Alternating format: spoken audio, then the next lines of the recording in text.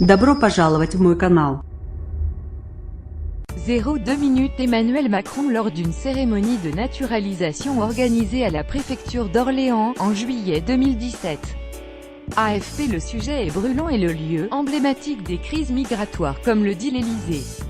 Emmanuel Macron se déplace ce mardi à Calais sur le thème de l'immigration. 15 mois après le démantèlement de la jungle, la situation sur place s'améliore, selon l'exécutif, qui estime qu'elle n'est pas encore stabilisée. Entre 400 et 600 migrants, principalement en provenance d'Afrique de l'Est et d'Afghanistan, sont en permanence sur les lieux, avec l'espoir de passer en Angleterre.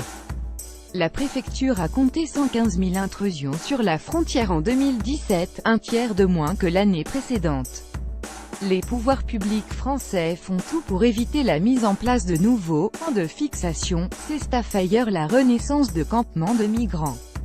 Rappel aux forces de l'ordre et accompagné de 4 ministres Gérard Collomb, Nicole Belloubet, Gérald Darmanin et Benjamin Griveaux, Emmanuel Macron est très attendu par les élus locaux d'abord, qui escomptent un soutien de l'État. C'est important que le président de la République vienne à Calais, a souligné ce lundi la maire LR de la ville, Natacha Bouchard. Par le tissu économique local ensuite, alors que la région a beaucoup souffert de cette crise migratoire. Par les associations de soutien aux migrants enfin. Encore échaudées par la circulaire du 12 décembre autorisant les services de l'immigration à aller dans les centres d'hébergement, elles attendent des actes sur les paroles présidentielles promettant un meilleur accueil des migrants. Elles dénoncent une pression policière permanente qui les empêche d'apporter une aide efficace. On condamnait la jungle, mais la situation est pire car il y a plus d'errance et l'incapacité de trouver refuge, estime Franck Henné, coordinateur régional de Médecins du Monde. En juin, le défenseur des droits avait dressé un état des lieux très sévère de la zone de Calais, dénonçant des atteintes aux droits fondamentaux les plus élémentaires. En réaction, le gouvernement a mis en place l'été dernier les CAES, centres d'accueil et d'examen de situation dont l'une sera visité par le chef de l'État.